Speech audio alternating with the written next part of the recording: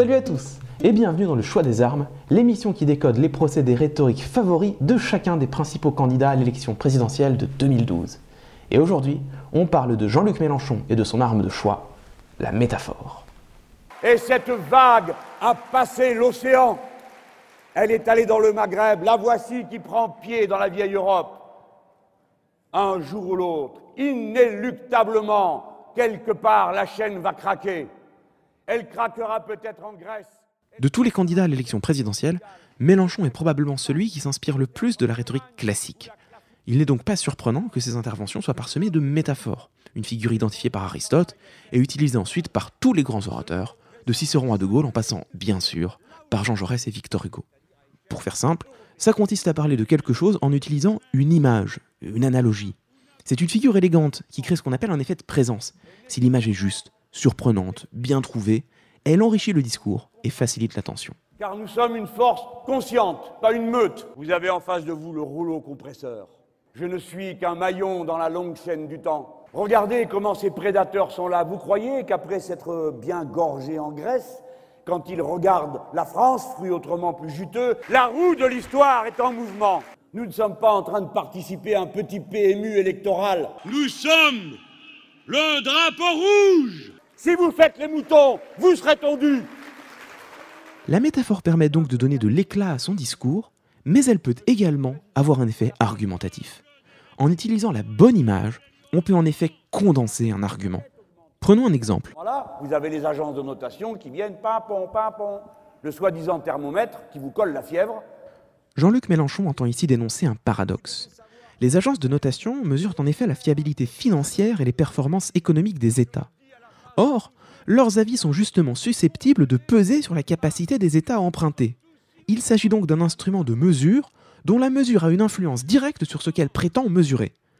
Jean-Luc Mélenchon considère cette situation comme absurde et inacceptable. Pour nous en convaincre, il trace un parallèle avec un autre instrument de mesure, issu de la vie courante et dont nous sommes tous familiers, le thermomètre.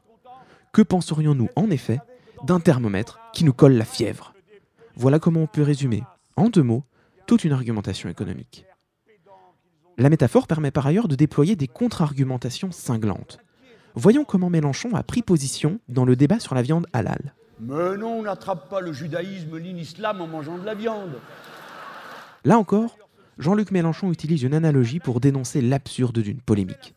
Mais au-delà, la métaphore crée ici un effet d'implicite.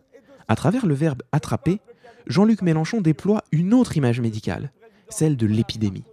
Il sous-entend ainsi que, dans l'esprit de Marine Le Pen, le judaïsme et l'islam seraient non seulement des maladies, mais en plus des maladies contagieuses.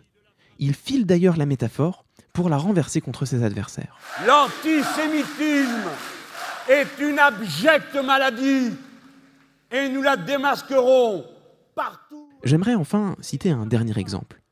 La notion de contagion semble en effet centrale dans le système métaphorique de Jean-Luc Mélenchon, à tel point qu'il l'utilise pour nous dessiner sa vision du monde et des rapports humains. Quelqu'un dans la souffrance, si vous laissez quelqu'un dans le malheur, alors pour finir, le malheur est contagieux autant que le bonheur peut l'être. Et tant qu'à faire de la contagion, on préfère la faire celle du bonheur.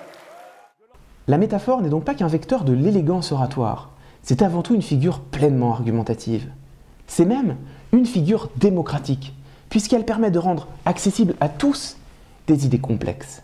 Mais attention, c'est aussi un procédé potentiellement manipulatoire qui peut donner l'apparence de l'évidence à des arguments contestables. Et donc, Jean-Luc Mélenchon utilise-t-il la métaphore comme un moyen de manipulation ou de démocratisation? C'est une question à laquelle chacun d'entre nous doit trouver sa propre réponse. Tout ça, vous l'aviez sans doute saisi, mais en parler ensemble, autour d'un café, ça peut pas faire de mal.